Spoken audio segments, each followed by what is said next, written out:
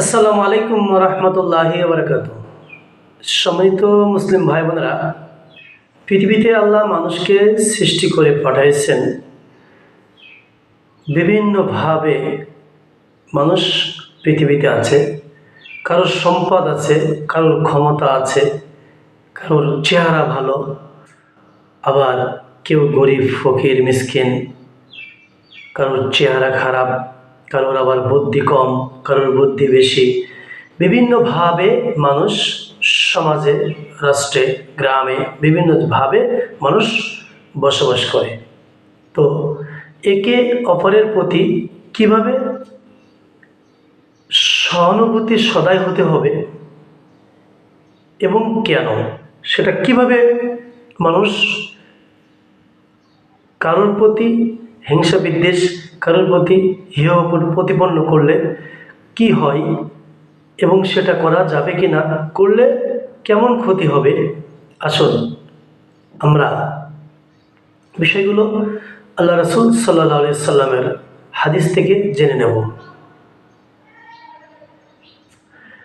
আবু হুরায়রা রাদিয়াল্লাহু আনহু থেকে বর্ণিত, তিনি বলেন, রাসূল সাল্লাল্লাহু আলাইহি সাল্লাম বলেছেন, এক মুসলিম অপর মুসলিমের দ্বীনি ভাই।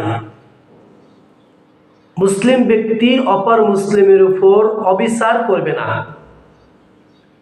ক্ষমতা আছে, অন্যজনের ক্ষমতা নেই, তার প্রতি অবিচার নির্যাতন জুলুম করবে না। 2, তাকে অপদস্থ করবে না। তার যে যেমন যতটুক মান সম্মান তাকে ততটুক ভাবেই দিতে হবে, তার অপদস্থ করা চলবে না, অপদস্থ করবে না। 3, অবজ্ঞা করবে না, তাকে তুচ্ছ তাচ্ছিল্য অবজ্ঞা করবে না। আল্লাহ ভীতি এখানে, আল্লাহ রাসূল সাল্লাল্লাহু আলাইহি ওয়াসাল্লাম বলছেন আল্লাহ ভীতি এখানে। একথা বলে তিনি 3 বার ইঙ্গিত করে বললেন, রাসূলের বক্ষের দিকে 3 বার ইঙ্গিত করে বললেন, একজন মানুষের জন্য ততটুকু অন্যায় যথেষ্ট যে সে নিজের মুসলিম ভাইকে হেয় জ্ঞান করবে। নাউযুবিল্লাহ, আস্তাগফিরুল্লাহ। রাসূল বলেন, একজন মানুষের জন্য এতটুকু অন্যায় যথেষ্ট যে নিজের মুসলিম ভাইকে হেয় জ্ঞান করবে।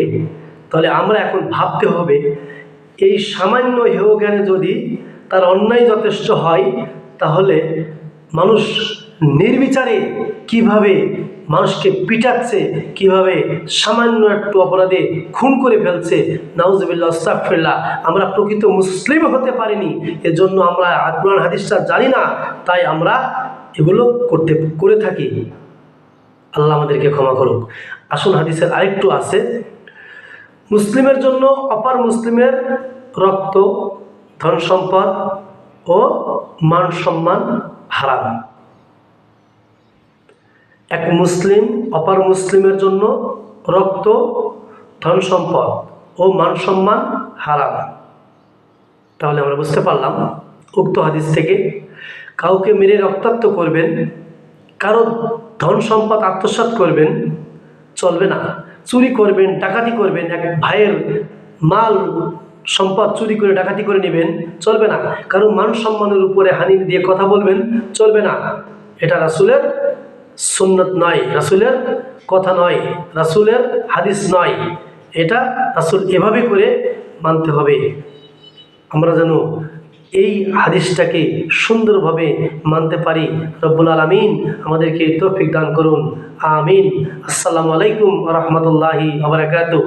হাদিসটি সহিহ মুসলিম 2564, মিশকাতুল মাসাবি 4959, মুসনাদ আহমদ 7727, বাইহাকি 11830 নম্বর হাদিস।